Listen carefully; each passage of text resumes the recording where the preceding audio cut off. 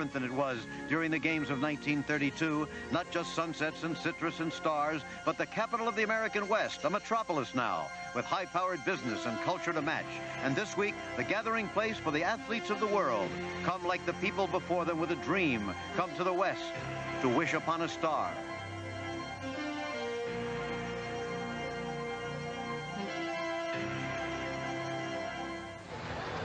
And still the torch goes on. The live picture, American flags being waved, carrying it right now. Dr. Sammy Lee, a gold medalist in diving in 48 and 52.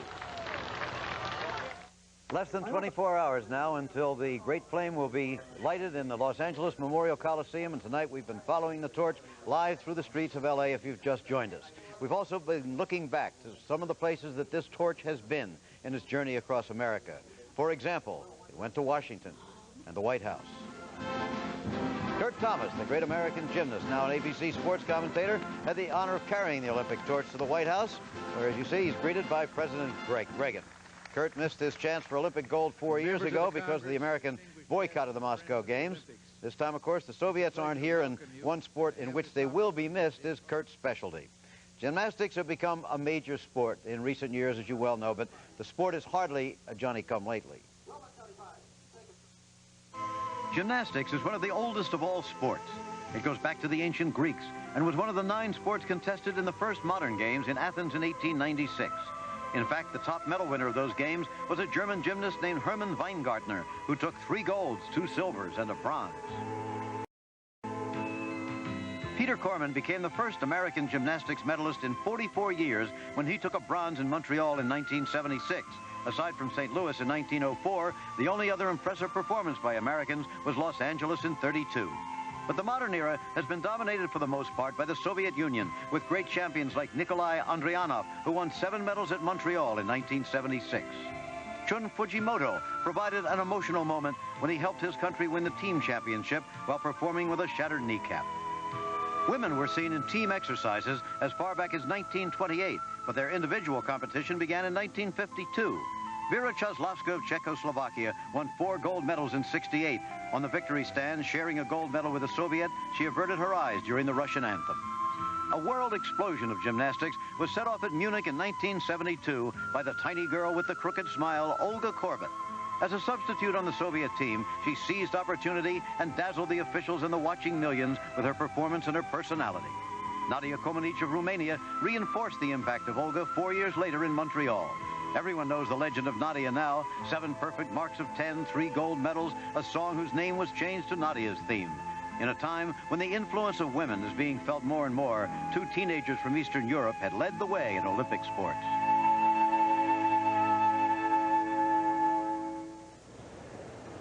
This is Pauley Pavilion on the campus of the University of California at Los Angeles in the lovely village of Westwood.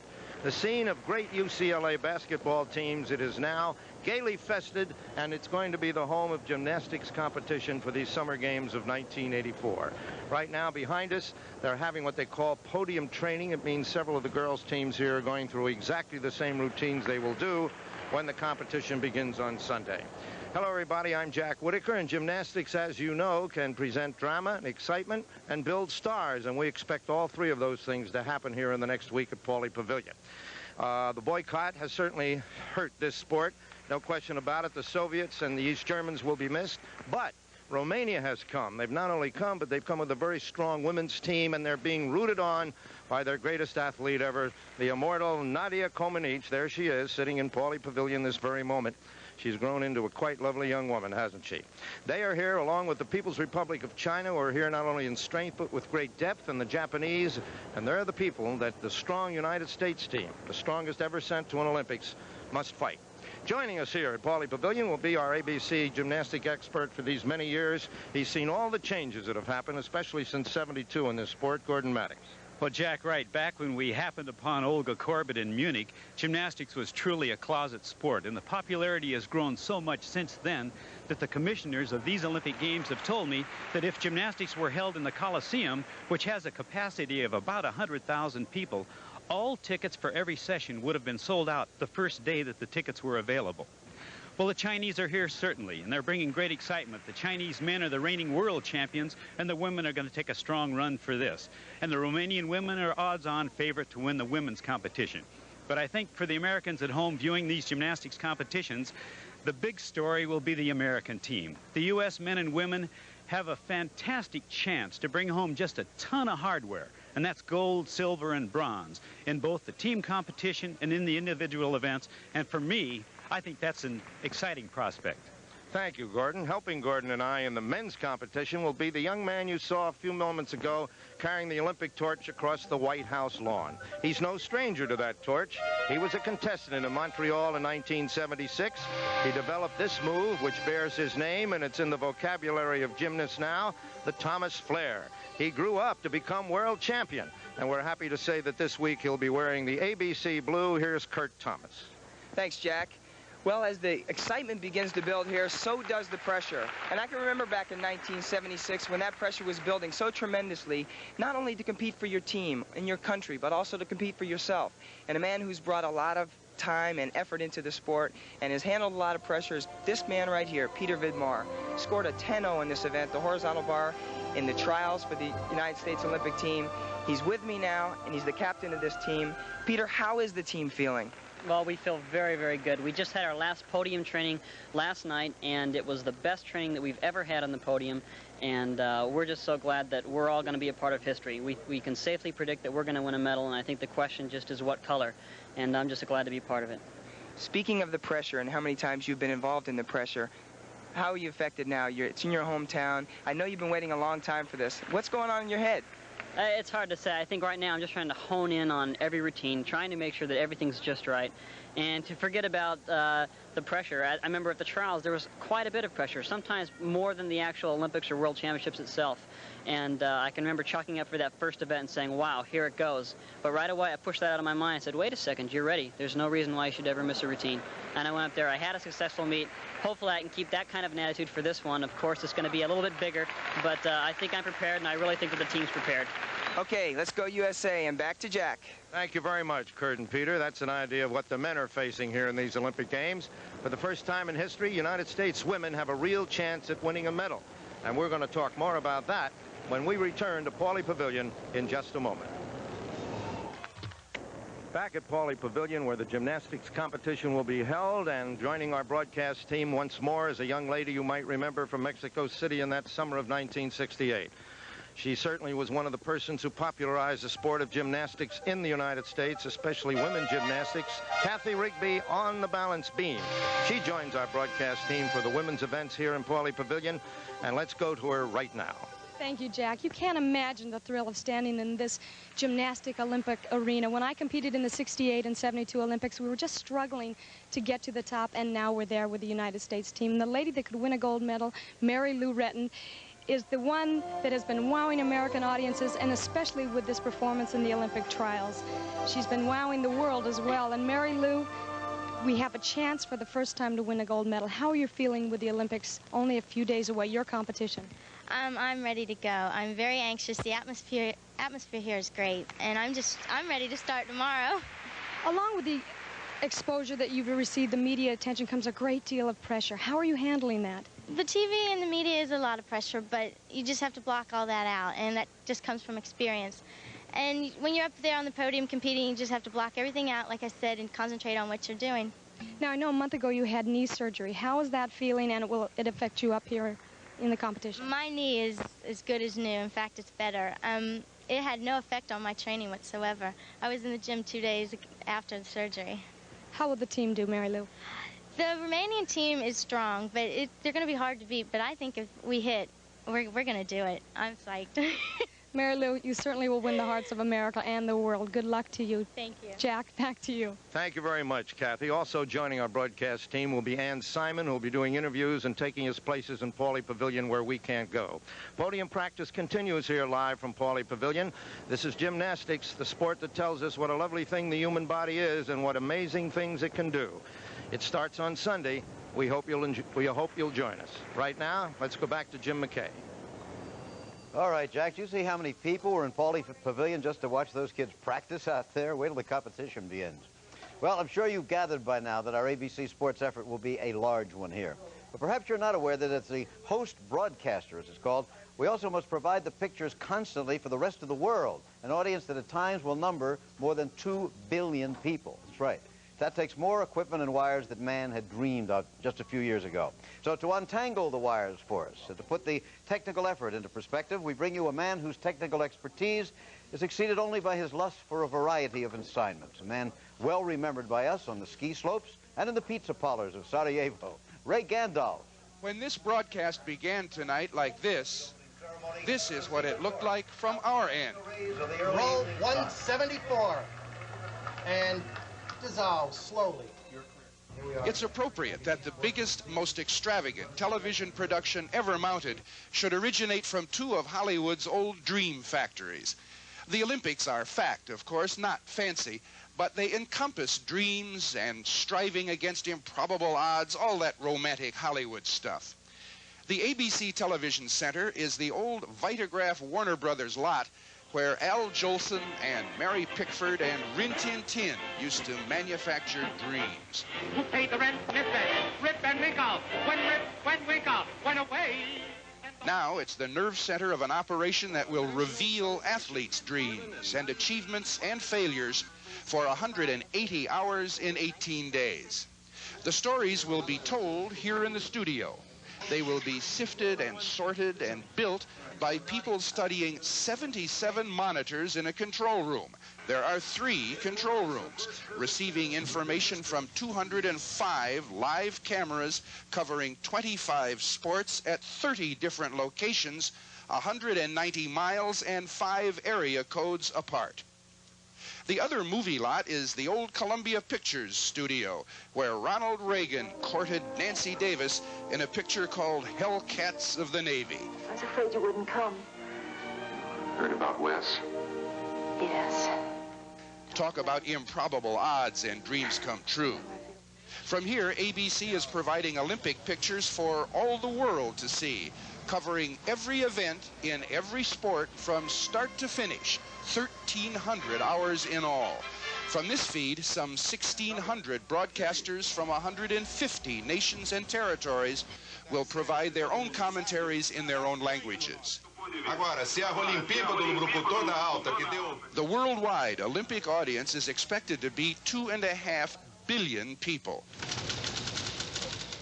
Billions of written words will pour forth from the multilingual typewriters of the print journalists, more than 8,000 journalists from 141 countries. There at a third facility, the Los Angeles Convention Center. Back at the ABC television studios, these dishes gather in all the electronic signals and spew them back out all over the world. One signal from the Lake Casitas Olympic venue with mountains in the way will bounce up and down off a satellite and travel 45,000 miles to get here in less than a second. Clearly, you will have an abundance of wonderful things to see, so we had better have something to say. Jim, that's your cue. You know, Ray, as well as I do, that Roon always says the worst idea he ever had was agreeing to pay us by the word. You know that. We'll think of something to say. Good to have you with us. For a poet of the newsroom, your technical stuff is terrific. Thank you, Jim. Ray Gandalf. Let's have a look now at the torch. Let's see where it is in the streets of Los Angeles. The crowd's growing and growing and growing. Tight shot of the torch itself, and now from overhead, moving back. Much more to come. Stay with us.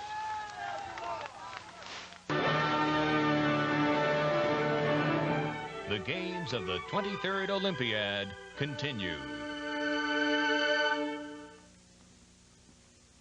And so we're back in Los Angeles. You know, the organization of these games has been one of the most difficult tasks, really, faced by anybody in America for the past several years. The man who has borne the brunt of the slings and arrows of sometimes outrageous fortune, and who also has received much of the credit for the successes that have come, is Peter Ueberroth, the president of the Los Angeles Olympic Organizing Committee. Howard Cosell talked with him earlier today. Peter, the presiding head of everything going on here, your estimate as to security on a scale of 1 to 10? Well, more than 10. Every single law enforcement agency has done its best, and they're doing their very best here. That we've paid them a lot of money. and they're coordinating it well, and yet it's not oppressive to the athletes. It's not something that is, you know, the games are open, the villages are open. I think it's great. Smog, how much will it affect the athletes? The doctors and the coaches tell me not at all. Most all the events are scheduled for the athletes. Air quality's pretty good. We've been lucky so far. The athletes will show it on the field of play when they break some records. You watch that. Since the viewers have already seen other sports and giant athletes from other countries, you've got to have a feeling of pride, regardless of other circumstances, about the number of nations and the number of athletes who are here, don't you? Well, it's a compliment to the Olympic movement and to this country. We have such a combined heritage here. We have such a diverse heritage in Southern California that all 140 nations that are here have people living here whose heritage go back to their countries, and that's the first time in the Olympic movement. But some problems remain oppressive, and they will occur every day during the course of the games. For instance, you spoke today to a Libyan official. Where do they stand? Well, they're not sure whether they're going to be in the games or not. They only have one athlete. He's a weightlifter, and I don't want to give them much attention. If they want to go home, we'll show them the way to the airport. If a Libyan athlete does march in the opening day ceremonies, what's the possibility of his unfurling a PLO flag? Well, we made a decision to not accept the PLO into the games. And we'll look that fellow over there, one athlete, very carefully, and there will be no banner at the opening ceremonies. No possibility? No. Finally, what's your reaction to Moscow not taking the feed of the games? Well, I think that's a positive thing. It's sad for them, but they can sense that these are going to be great games. They're going to sense that the Chinese are competing for the first time. The Romanians are here. They don't want their athletes to see that. And so they'll shut it down so that their people cannot see anything that could be a bright moment in our country's history. How do you want these games to be remembered, Peter? Very simple. I want it to be a great athletic event for the athletes of the world and a great moment of pride for the people of this country. Good luck to you. Thank you. You're in for a tough row.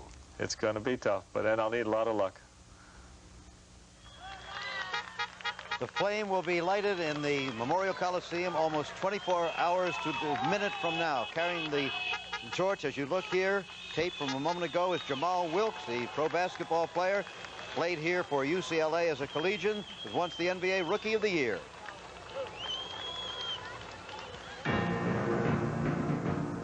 If there is one Olympic event that epitomizes the traditionally masculine qualities of toughness and endurance, it's the marathon. The event of Spiridon Lewis, the Greek shepherd who won at the first modern games in Athens, was offered many prizes as a reward, but refused them all, except a horse and cart to return to his own village. The marathon was the event of Dorando Pietri, the Italian who staggered into the stadium in London in 1908, was helped across the finish line by confused officials and later disqualified for their mistake. But it's the women's turn now. The women's turn to fight through those last 6 miles, the ones that make the difference. Those miles have never been easy for the male of the species. Was there ever a man with the endurance of Emil Zatopek of Czechoslovakia? He didn't look the part. Spectators felt sorry for this apparently exhausted runner until they watched him win the 5,000 meters, the 10,000, and the marathon, all in the course of 8 days in Helsinki, 1952. It was the first marathon he ever ran. But it's the women's turn now. They first participated in Olympic track and field in 1928. When several runners collapsed during the 800 meters, it was decreed that women couldn't run that far, and the 200 was their longest Olympic event until 32 years later. And now the marathon. You'll go a long way, baby. 26 miles, 385 yards. The marathon was the event of Ethiopia's Abibi Bikila, padding through the streets of Rome in his bare feet to win in 1960, finishing at the Arch of Constantine, victory symbol of the nation which had ravaged his country just a few years before. Later, those untiring legs would hang useless from his torso. He became a paraplegic, victim of an automobile accident. He died too young. The marathon was the event of Frank Shorter, bringing glory to Yale University as the fictional Frank Merriwell had done before him. Even as it might have been in a Frank Merriwell story, Frank Shorter was preceded into the stadium in Munich in 1972 by an imposter. But Shorter had paid the price of the long course, and the true victory was his. 4 years later, Shorter experienced the marathoner's nightmare, the stranger. The marathoner watches for the devil he knows, the opponent whose strengths and weaknesses are well known to him, the one with whom he may duel over those last 6 miles and win or lose this athletic chess game. But here was the stranger in the rainy streets of Montreal. Only later would Frank Shorter know the name of the man who beat him, Waldemar Cierpinski of East Germany. But it's the women's turn now. Their turn to know the challenge and the glory, the exhaustion and the frustration of the Olympic marathon. The men will be here, of course. Rob Di Castella of Australia will be the favorite, and Alberto Salazar, Cuban-born and American now, will be one of the challengers. And so will the man who beat him in the Olympic trials, the man with the explosive name of Pete Fitzinger. And there will be the man with the name that falls trippingly from the tongue, Gidama Shahunga of Tanzania, and Carlos Lopes of Portugal. But there will also be Greta Weitz of Norway, who first proved that a woman can go the distance, and Joan Benoit of Maine, who is as tough and enduring as the rock-bound coast of her native state. And so the marathon will be what it always has been, the ultimate test, but now for women as well as men. For the men, there's a past, not for the women. Many surprises lie ahead. What will be their version of the nobility of Spiridon Lewis, the agony of Dorando Pietri, the absurdity of the imposter in Munich, the bittersweet story of Abebe Bikila, the victory and the defeat of Frank Shorter? No one knows, but it's the women's turn now. With no concessions given, the same distance on the same course as the men, the same strain on the human system, the same glory waiting for the winner, the same satisfaction for every runner who finishes the course. It's their turn now. They've earned it.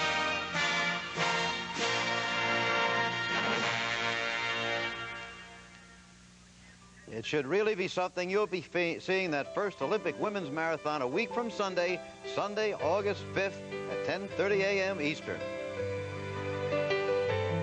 Okay, this other side, 9, 8, 10. This was a rehearsal for tomorrow's opening ceremony almost 2 weeks ago on a high school athletic field. Actually, rehearsals have been going on for 7 or 8 months. The entire cast tomorrow will number more than 9,000 people. This was rehearsal. Opening ceremonies have provided us with many beautiful, spectacular, and poignant moments from Mexico City to Munich to Montreal and now to Los Angeles, where tomorrow evening back east, Hollywood will be on the spot. Can the entertainment capital of the world equal or perhaps surpass the displays put on in other places, other times? Well, the man on the spot will be the well-known television producer and the producer and commissioner of the opening ceremony in Los Angeles, David Wolper. There is the peristyle end. That is where the flame will be lit tomorrow as you look right there. The sun about to set in Los Angeles. David, are you there? Yes, I am. Well, you know, you really are going to be on the spot. You sure you want to get through with this tomorrow? Well, I think I will. I'm excited about it. I feel a great obligation because the opening ceremonies, you know, sets the tone for the whole Olympic Games, and we really got to do something and get these Olympic Games going in a right spirit. What was the overall concept in your mind? Well, for the opening ceremonies, I wanted them to be majestic, inspirational, but above all, emotional. As you know, I've seen 6 Olympic Games, and I've watched the tapes of all the other opening ceremonies. And the one thing I think that is most important is emotion. And I think I've added a lot of emotion. Let's say there's 10 goosebumps in an opening ceremonies. I think I've added 10 goosebumps. Well, we were at the rehearsal, of course, the dress rehearsal in full costume yesterday. I must say I was moved right there, and so were the people. Well, those, I believe, were relatives of the people in the cast. There were about 20,000 to 25,000 of them, and they sure were touched and moved, even though there were only stand-ins for the athletes coming in. Well, I know, and I was quite shocked about the emotion it engendered. But I think that's what I'm going for. I want it to be very inspirational and a majestic feeling. And of course, you know, we have parts of the show that tell about American music, because each opening ceremonies is supposed to have a part that displays their country's culture and dance. And we here in America have this great music that travels around the world. So we have a very important section called the Music of America that will be displayed tomorrow. That's right, with Dixieland, with Gershwin, with Hollywood, with Broadway, and of course that will not be unfamiliar music, David, anywhere in the world, because you say it's maybe our #1 export. Yes, that's one of our biggest exports is movies and motion pictures. So I think that people around the world will recognize our music. In other Olympic Games, there may be music that's generic to that country, and other people don't know it. But here, our music is so known throughout the world that I think everybody will enjoy the musical section. David, good luck to you tomorrow. I don't think it's going to be a matter of luck. It's going to be pure professionalism. I think it's going to be an absolutely marvelous ceremony. 7:30 Eastern Time. Right now, as we continue live, the torch is continuing through the streets of Los Angeles. It won't be long. It won't be long. Less than a day now until it comes into the stadium and these games begin. There is the torch still being carried through the streets of Los Angeles. There had been a rumor around here that the flame would be lighted not by an American, but by Nadia Comaneci of Romania. Well, Peter Uberath, the president of the organizing committee, squashed that this afternoon. He said, no, I won't tell you who it is, and that is a major secret here tonight, but it will not be Nadia Comaneci. Bob Beatty is still with the torch, riding along. Bob, you must have seen some interesting and moving things if you've gone along there tonight. It's really been fantastic coming along. I think probably the most moving thing to me was when we went through Koreatown, and Dr. Lee, the two-time Olympian, came out and ran with his child at his side, and I'll tell you, it was really something. I mean, it was like they almost had there were so many people. Also, at one time, with the freeway, all the cars had stopped on the freeway, and people had got cars and come over to watch. Can you imagine the traffic jam that one caused?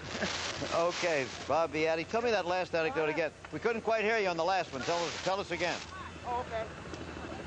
There you are.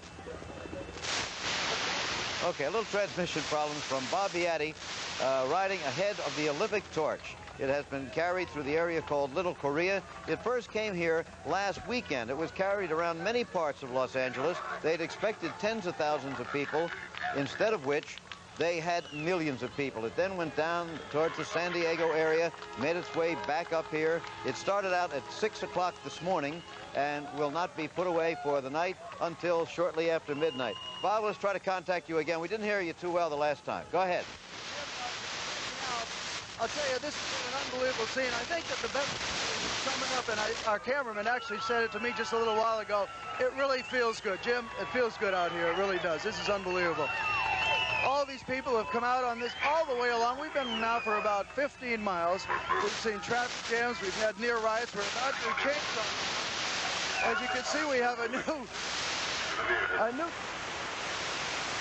Wow. Yeah, we have a new torchbearer, I think, was the end of what Bob was going to say.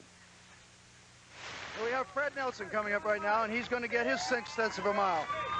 Okay, there have been so many stories as this torch has gone across America. Down in Georgia, I remember there was a little girl named Nancy Nix who sold $3,000 worth of brownies that she had baked at the age of 9 in order to be able to carry the torch for 1 kilometer. And all the money, remember, that's been gotten from those $3,000 purchases will go to the advancement of American youth sports. And it's going to be well over, I believe, $10 million that they will have acquired in that way. So there is the torch. We're still live. So let's take one more break, and then we'll be back to wrap things up on our pre-Olympic program here in Los Angeles. Here's a brief preview look for you of what you're going to see at the opening ceremony tomorrow. This was the dress rehearsal that I spoke of, in costume, at the Coliseum yesterday. And all the people you see in the stands, about 25,000 of them, were relatives of the entire cast. No one is being paid here to be in this show. They've been rehearsing, as I said, some of them for as long as 7 or 8 months. They're doing it just for the thrill, and tomorrow you'll be seeing the opening ceremony starting at 7:30 Eastern Daylight Time. That's 4:30 Pacific. It will be live in both areas. Of course, it'll be 6:30 in Chicago and in the Midwest. The story of the torch. It started, of course, in Greece. It will be put to bed just after midnight tonight at 71st Street and Crenshaw in central Los Angeles. It will move again in the morning and will proceed about 31 miles tomorrow before finally reaching the Coliseum. And who will be the person who will carry it into the stadium once around the track and then up the long stairway to light the flame in that Coliseum? Well, nobody knows except a very tight band of people, among them Peter Uberath, the president of the Los Angeles Olympic Organizing Committee. And I'll tell you, he won't tell anybody. We have tried and tried. We cannot find out who is going to light the flame. Well, maybe that is as it should be. Maybe we should be surprised with you when whoever it is enters the stadium. However, I did asked Peter, and he said, I said, will it be somebody that I will recognize when he comes into the stadium? He said, yes. But he didn't say it would be a man or a woman or an American or exactly what. The torch itself, well, as we said, it's been everywhere. A little 5-year-old girl carried it in San Francisco. A 90-year-old man carried it. As we said, the lame, the halt, and the blind have participated, and the strong, the fleet, and the handsome. It's really been a story. But it's reaching its destination soon. So tomorrow it begins. The tumult and the shouting, the glory and the heartbreak, the endless search for excellence, which to me is the heart and soul of every Olympics. It'll begin and end with planned ceremony, but everything in between will be extemporaneous, ad-lib, the performances of the athletes. Extemporaneous in execution, but years in the hoping and dreaming and endless training and self-deprivation. The athletes will give the games their personality, and we'll try to identify that personality for you as it forms itself before our eyes, yours and mine. And when it's done, we would hope that the feeling will reflect the thought well expressed by a poet named Paul T. Owens. He wrote, "Nothing ever dies, not even the cry of the crowd wanting more." I'm Jim McKay. I'll see you at the opening ceremony tomorrow. Good night.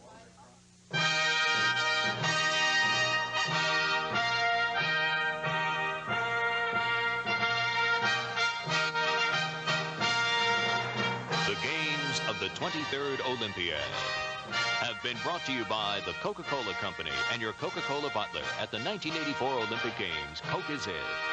By IBM. IBM salutes the spirit of the Olympics.